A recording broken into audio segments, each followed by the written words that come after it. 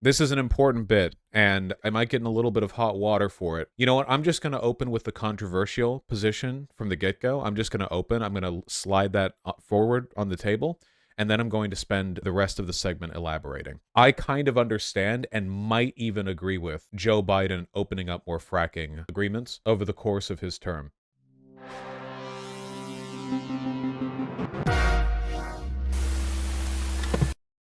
Let's talk about why. I know, a difficult position to defend. Gotta continue. So, here's the problem. Yeah, the oil lobby has gotten to me. Vosh has fallen. Here's the problem. We've seen this happen before, and we're about to see it happen again. Saudi Arabia, which makes, let's be real, all of its money off of oil exports, is going to raise the price of oil leading into the 2024 election. This is going to benefit Donald Trump, not Biden, because Biden is the incumbent president. Oil prices rising suddenly towards the end of Biden's first term is going to be seen as a product of his policy. In reality, it is because Joe Biden is not as non-renewable energy as Trump is. Trump is much more likely to pass policies that involve the use and expansion of the use of oil and natural gas and coal and what have you. And for that reason, Saudi Arabia has an interest in seeing Trump win. We've seen this problem with Russia as well. There's a reason why Biden has continued to talk about energy independence, and it's a complicated subject, but I want you all to keep your minds open here, okay? The problem ultimately is that as it stands right now, Russia and Saudi Arabia, OPEC broadly, have an ungodly amount of influence on international oil prices. Russia and OPEC broadly are literally like the kingmakers when it comes to anything involving energy. They're the ones that have the export capacity to determine global prices. And if global prices rise or lower, they can influence other elections. The Saudi government is hugely invested in maintaining conservative governorship of the United States. Like, think of how closely the Saudi government has ties to Donald Trump or with Kushner, $2 billion to him. Think about the extent to which the Saudi government and the Russian government have colluded to maintain each other's respective economic hegemony when it comes to energy exports in the face of Russian sanctions. You see, the issue here is that if the United States is beholden to other countries when it comes to oil prices, we are well and truly. You guys might remember that Biden sold off a bunch of the United States oil reserve when the Russian sanctions kicked in. Remember, the prices rose and Biden burned through our reserves in order to keep the prices flatlined. I think the issue here ultimately is that we're kind of unless we can completely break free of Russia and Saudi Arabia. And what's more, we can't just break free of Russia and Saudi Arabia. We have to try to keep things afloat long enough for our Western allies to do the same, because the exact same thing is happening over there. You see, America and the West broadly have spent so much time influencing the elections of other countries that we often forget that we are just as susceptible to it from foreign powers. Russia tried to do it with Trump's campaign and did to an extent succeed. After all, the Russiagate investigation led to many indictments and several arrests for collusion and illegal behavior with Trump's campaign staff. We've seen the extreme extent to which the Saudi government and other OPEC members have been in. Have you guys not noticed a significant increase in the amount of Saudi or Qatar or UAE backed propaganda that you guys see on Twitter? Twitter, the purchase from Musk, which was financed in large part by the Saudi government, you might recall.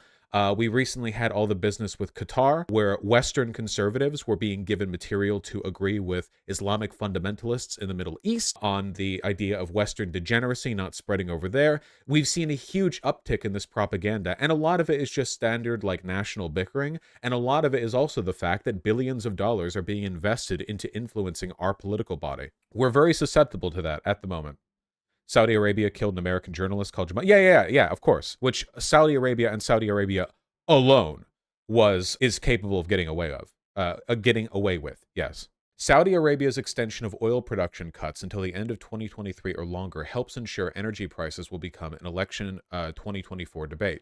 U.S. gasoline prices, which have been on the rise, are closely tethered to global oil prices. Meanwhile, the presidential campaign season is heating up, and voters are already giving the White House low marks on the economy. This is insane, by the way. Whether or not you're a Bidenista, as I am, whether or not you're like a left-leaning person who hardlines on Biden, holy shit. The idea that Biden has been bad for the economy is an objectively incorrect statement. Biden has presided over significant economic recovery and has done many things which many other presidents would not do. The kingdom said Tuesday morning it's keeping the current reduction of 1 million barrels per day in place for another 3 months, subject to monthly review. Meanwhile, Russia extended its 300,000 barrels per day export cut for the same time. Or in other words, Saudi Arabia and Russia are both working to cut international exports as a way of influencing global prices. Tuesday's news helped push Brent crude prices above $90 per barrel, their highest since November 2022. These bullish moves significantly tighten the global oil market and can only result in one thing: higher oil prices worldwide. U.S. gasoline prices are averaging a little over $3.80 per gallon, although far below 2022 peaks around $5 per gallon. It's enough to create pain for consumers and a line of attack for Biden's GOP opponents. Remember how we talked about when we were having an inflation crisis about a year ago? We talked about how corporations aren't always just responding to economic pressure. They can literally just raise prices because they want more money. And a lot of the inflation was accounted for by them just raising prices because they wanted more money. And then they got record profits for some like weird reason during those quarters. Like literally just them being greedy, no other reason. Much the same way corporations are capable of putting their thumbs on the scale, foreign governments are as well. And there is a very strong incentive. Guys, do you have any idea how badly Putin wants Trump to win? Like, are any of us under the illusion that there is like a sort of abstinent political ambivalence here, that Putin's just sort of throwing his hands up at America broadly? God, no. Trump practically promised that if he became president again, he would immediately like relinquish sanctions on Russia. Like, it's insane how obvious it is. Now, the White House has responded. This is from October 12th, 2022, by the way. This is from a while ago. Biden to reevaluate U.S.-Saudi relationship after OPEC oil cut. Basically, what the White House has indicated is that the obvious collusion between Russia and OPEC to raise global oil prices as a way of propping up Russia. The Russian thing is complicated because they have a whole deal where people can only buy barrels of oil from Russia for a given price or below, and it's very, very complicated. I'm simplifying it significantly. However, the gist of it is that OPEC hates us and they hate our freedoms, okay? They hate us for our freedoms. That's the thing, okay? Vosh, I used to be very morally sensitive as a child, and this is the kind of unfair, corrupt shit that would have made me rage. An evil monarchy manipulating the economy to manipulate a foreign election. That is literally what's happening here. Literally, flatly, objectively. America may be the global hegemon, and we may produce a lot of oil, but we are not OPEC. It is so clearly like a good versus evil. The House of Saud are literally the celestial dragons of our world, IMO. That is probably true, yes. I think that a large part of the reason why Biden has simultaneously encouraged development in green energy while also opening up fracking deals is probably for this reason specifically. I think now, okay, I'm going to be clear right off the bat. And by right off the bat, I mean 15 minutes into the segment, okay? I'm going to be very, very, very, very clear, okay? Biden has not done enough to promote green energy or to promote legislation that incentivizes green energy, or to invest in or subsidize green energy. I want significantly more work being done in that front. With that being said, right now, at this time, America and the West broadly has energy needs. That's an objective fact. There is no presidency, not Biden's or Bernie's or Cornel West's or whoever else's, that would be able to snap their fingers and make the United States use less oil. That's just not possible. In the meantime, we need the oil.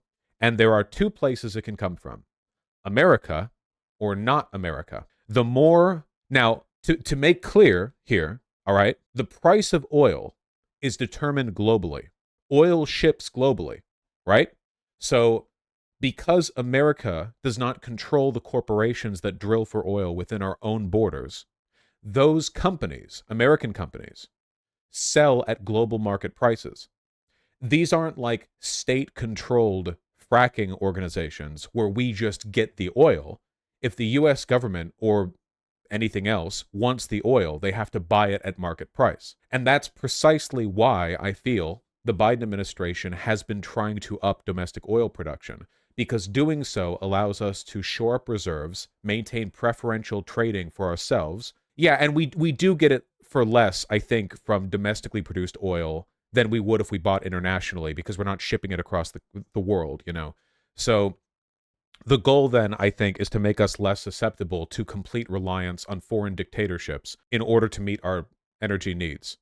Now, again, there are many more things that could be done to improve this. A faster faster investment in green energy would hasten the extent to which we could pull away here. But you all understand the point that I'm trying to make, right? The absolute end game scenario here is Donald Trump winning again. The right winning is it. That's game over right there, you know? And we know that. We're going to talk about why that's game over. Okay? So if this is about trying to harden America against this kind of foreign influence, then I genuinely understand the decision making. And it's not just this can't just be done with America either. This has to be done for all Western nations, for every country. You know, the same is the case with China. China has massive energy needs. They use a shit ton of coal, and they can't produce that much of it domestically, so they import a ton of it from Russia, and that's one of the reasons why they have this tenuous relationship going on. Unfortunately, Joe's run out of time, don't you think? The average voter, especially rural, isn't going to give a shit about international relations. They'll see gas prices going up, Fox News feeding them, and Trump gets the White House. That's why the fracking has been happening, to keep the oil prices lower. That's why there's been such an effort from the Biden administration to keep the taps open, I believe. That's such an evil plan by OPEC. They've been doing it for decades, though they've been doing it more overtly lately.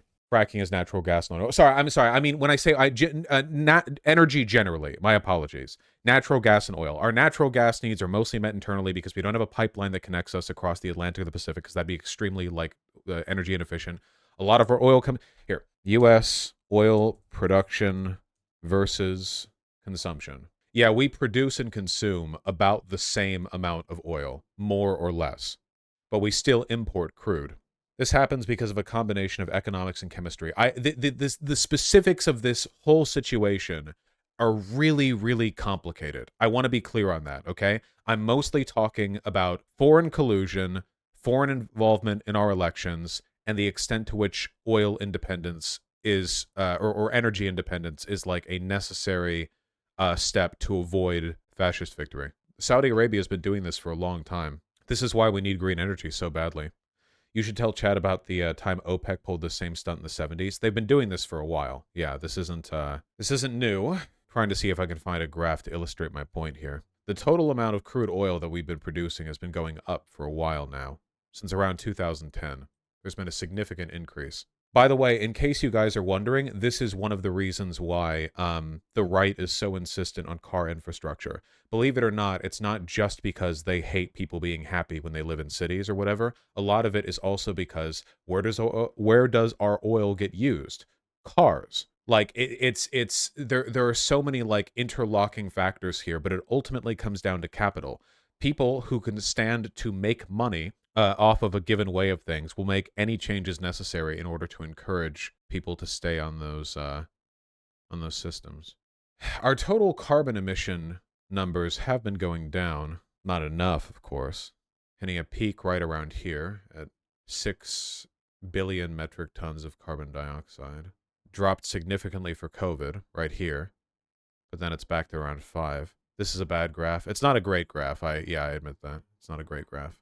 It genuinely is incredible how much our oil dependence, how much our reliance on like international oil prices shapes U.S. policy. Energy independence, real, genuine energy independence, would free us in a way that no country has been freed for a century. It would be unbelievable. This is another great example of historical materialism, is it not, being shaped by economics? Yeah, for sure. Crude oil prices, 70-year historical chart.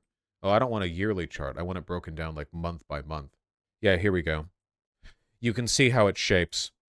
So over here, back before the pandemic, the price was in the ballpark of, and of course it shifts massively. Here, let's go back 10 years. There we go.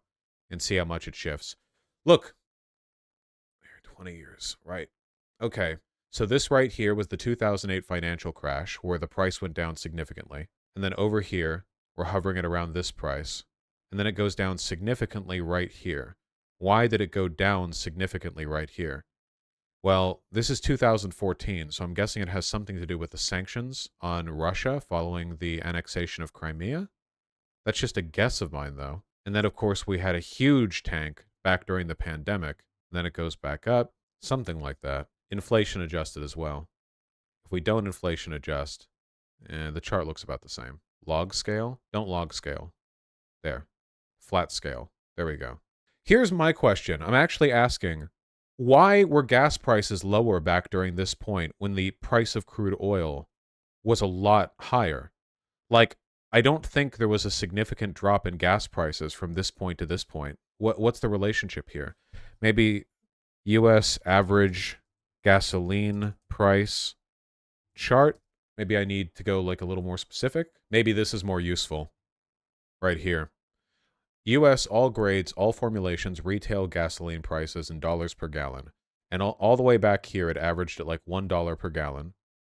And then here's the crash right here. And then it hovers around here. And then it's been brought down following Russia's annexation of Crimea. And then this was the pandemic right here. And then it's been going up significantly since then. It's crazy how much of this shit is just down to foreign governments, man. Like, domestically, we've only increased our oil production over this time, but the price of gasoline has significantly increased. And it's just because of Russia and Saudi Arabia and the OPEC countries, all the way up to its peak here, and then it got brought down, and now it's rising again. Vosh with multipolarity. I would like to believe that there is a form of multipolarity that does not involve us being forced into fascist governance by foreign monarchies. What triggered the oil plunge of 2014 to 2016? Why it failed to deliver an economic impetus in 8 charts? Man, that really did fall. Yeah, gas is cheap in the United States because, like, we know that everyone has to drive 45 minutes to go to their local grocery store, so there's, like, a heavy government push to try to keep gas prices low.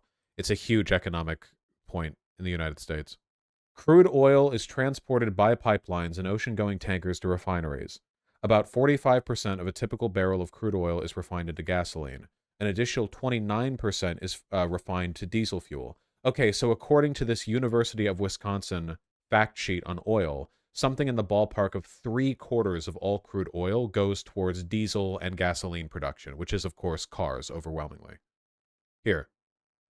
Ultra-low sulfur distillate. I have no idea what that is. Gasoline, hydrocarbon gas liquid, residual fuel, other products, jet fuel. Okay, yeah.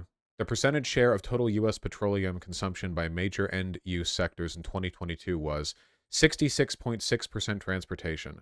Nice. And then the majority of it being industrial. Very little oil is used for electrical power because it's just, why would you do that? Why would you use oil for electrical power, right? Like, it's what coal and natural gas are used for. Well, natural gas is used more for other. We use coal plants, not oil plants. Oil use per capita, USA. Yearly gallons per capita in US. Okay, here we go, folks. Are you guys ready for why we are so susceptible? Saudi and Russian influence. Oil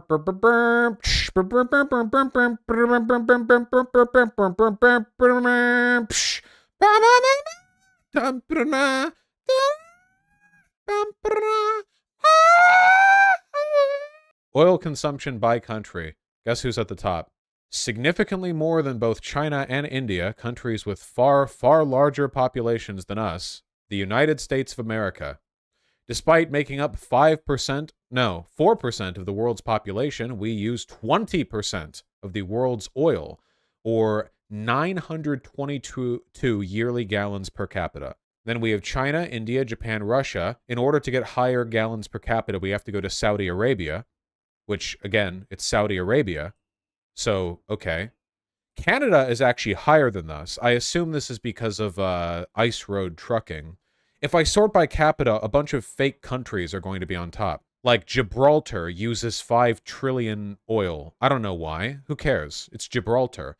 Singapore, U.S. Virgin Islands, St. Pierre and Miquelon, Malta, the UAE, Saudi Arabia, Luxembourg, Faroe Islands, Kuwait, Falkland Islands, Bermuda, Montserrat, Aruba, Guam. Like, we haven't hit a real country yet that isn't from OPEC. You know what I mean by real country, okay? Finally, Canada, down here, over here. The reason why is because a lot of these countries, these tiny island countries, have a shit ton of oil use through shipping cargo. Because they're tiny islands, they're used as seaports. So a lot of it is like ships, but I'm mostly talking about like large, highly populated countries that have like that where the oil usage is more like the population doing stuff. Canada is a massive country with a lot of roads. I imagine their trucking consumes a huge amount of oil. Qatar and then the United States over here. In terms of daily oil consumption and world share, that's us, baby. I think it's better to look at it from this perspective because it shows the degree of influence that countries like Saudi Arabia and Russia could have on our governance. China, for example, fully cucked by energy imports. They need to import so much energy to keep things going. The United States, we use an ungodly amount of energy right here. India, of course, massive country, but they're still nowhere close to us. They're like a fifth of our world share, despite having 5 times the population. We can still win. We just need Biden to frack harder than ever before. Well, that doesn't solve the oil thing. We need offshore drilling more than ever before. Right off of Liberty Island, okay? All right? I am a narco petroleumist. I don't know. Find a better term, okay? We will have offshore oil platforms that enshroud the entirety of both coastlines. Santa Monica will be bleached black in the oil residue that we drill up. Anarcho-frackist, yes. No, in all seriousness, this is a very delicate issue, okay? We have to balance two things here. Obviously, we need to cut carbon emissions or the world will end, or at the very least become a lot worse. And at the same time, the only way for us to do that is through responsible global political governance. And that can't happen if Trump wins. We need two things at once here. Operating with the awareness that Russia and Saudi Arabia and other OPEC countries will try to influence our elections by putting their thumbs on the scale of international oil prices to help destabilize people's perceptions of the Biden administration and shepherd Trump into office. And they'll keep doing this, by the way. It is of the utmost importance that we, A, facilitate energy independence, and B, understand that the best way to facilitate energy independence is with renewable energy. Folks, that would solve it, wouldn't it? That would do it right there. We need to reduce people's reliance on cars. We need investment in high-speed rail and public transportation so people aren't driving every goddamn where all the time, all over the place. We need our energy to come from local renewable sources, and we will be free. We will be completely free. We will be free. Won't that be nice? Now, I don't think the Biden administration has done nearly enough to advocate for and promote green energy or to talk about these issues. I understand that Biden can't just go up there in front of or behind the podium and say like Saudi Arabia and Russia are conspiring to bring down America, because if he did, it's too politically delicate to like make a public issue of, you know? That's why he's been doing the fracking permit stuff like kind of quiet, I think. He's been doing it kind of, you know, he hasn't been making the big deal of it that Trump would. Like Trump would be like, and we're allowing people with energy independence, we're going to get big, you know. He's doing it quiet. He does everything quiet. Yes, that's true. It's difficult. How would you sell this to the American people? How do you tell the American people that as massive and powerful as we are still susceptible to foreign influence through price manipulation of oil? I genuinely don't know. I'll think on it. Not like my suggestion will do anything. He's not listening to me. But I'll think on it. It is, Batsy. But we can still do good. Does everyone now understand why I said the things that I said at the beginning of this segment? Obviously, saying it at the beginning is a way of priming all of you for a radical shift in thinking, but I think that I'm starting to appreciate the difficulty of the situation a little more. And there are also a lot of specifics that would probably allow me to take a more concrete stance, but I don't know enough to really do so. Specifics when it comes to exact strategies for mitigating the global oil price effect on the United States. I'm sure there's a lot of stuff that say people who are into international relations or like energy sector stuff could say that would give me my more information, but I don't know everything. So also the DoD supposedly uses over 100 million barrels of oil a year. Oh yeah, for sure. The Department of Defense, I'm pretty sure for any institution, is our largest user of oil. How much of USA oil does Department of Defense use? On average, annually, 4.6 billion US gallons. Cool. How many barrels of oil does USA use per year? About 7.4 billion barrels of petroleum every year. Wait, does the Defense Department use 2/3 of all of our oil? Wait, that can't be right. Energy usage of the United States military. They can't possibly use 2/3 of all 4.6 billion gallons of fuel annually. If it were a country, the DoD would rank 34th in the world in average daily oil use, coming in just behind Iraq and just ahead of Sweden. Okay, then not 2/3. Wait, then how much do we... Wait, this says 2.6 billion gallons of fuel annually, not oil usage. There were other things they cut with oil when they refine it into gasoline, right? Okay, whatever. The point is they use a lot, okay? We need to use less. We need to use less. Gallons versus barrels. Oh, did I fall afoul of the classic gallons versus barrels scheme? That might be it. Philomath 20, I agree that as leftists, the best thing that we can do is like loudly argue for shift towards energy independence. The main issue, though, is that we're talking about oil specifically, and oil is used majority for transportation, and that means it's not about like electrifying the grid, right? Like, first of all, the United States and all countries will always need some amount of oil, at least until we have some massive technological breakthrough, because there are some types of fuel that we just always need in oil form, like plane flights, for example. At least right now, that's what we need. You know, we can't like public transportation airlines. Airlines already are public transportation.